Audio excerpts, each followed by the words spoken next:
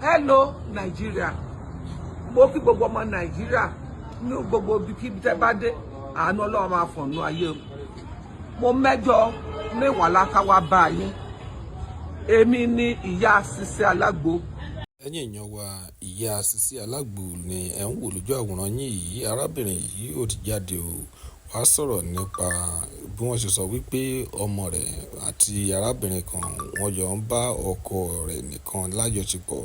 Ó ti jáde o, ó ní mẹ́wọ̀láká ni arábìnrin tí ó ń dráàgì ọmọ òun. Arábìnrin yìí ó sọ̀rọ̀ yìí, ó sọ oríṣiríṣi ọ̀rọ̀. Ẹ̀yin èèyàn wa, ẹ jẹ́ ká gbọ́ látẹnu ìyá yìí, ìyá Sisi Alagbo. Tí gbogbo ayé mọ̀, mo bẹ̀ yín torí Ọlọ́run, mẹ́wàláká ó sọ ní gbogbo ọ̀rọ̀ ẹ pé ó hate ọmọ mi, pé ọmọ mi ló ń wá ẹ, ìyẹn ò tẹ̀ kàn mí. But kí ló tó block ọmọ mi? Ó dẹ̀ sọ pé ó fẹ́ tú àṣírí, báwọn àṣírí kan wà lọ́wọ́ fẹ́ tú. Jọ mo bẹ̀ mẹ́wàláká tú àṣírí, jẹ́ kájọ tú jáde. Àṣírí tó ní ọmọ tèmi ò fọ́kọ káàkiri o. Àṣírí yẹn wà lọ́wọ́ tèmi. Èmi gan máa sọ gbogbo àgbo viral nípa ọkọ tuntun tó máa ń ṣẹ̀ṣẹ̀ fẹ́.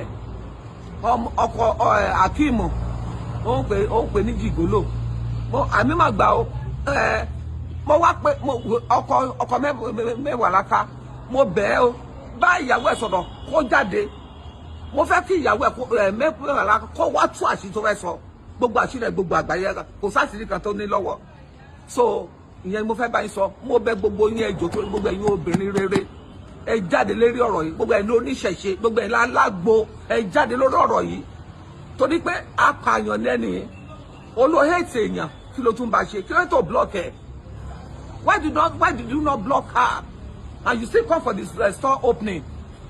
And you fẹ́ ẹ̀jẹ̀ sínú, ó tútù fún jáde. Apààyàn ló jẹ́. O lè pọ́ ọmọ mi o, o lè draw ogun ọmọ mi wálẹ̀ o. The more dragging, the more anointing fọ́mọ mi o. Bẹ́ẹ̀ lọ̀rọ̀ ọmọ mi máa rí o, kọ́kọ́ ní ṣe ọmọ mi o.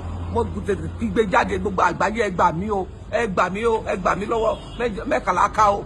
Mi ì mọ̀ rí o, mi ì mọ̀ rí o, mi ì mọ̀ rí o.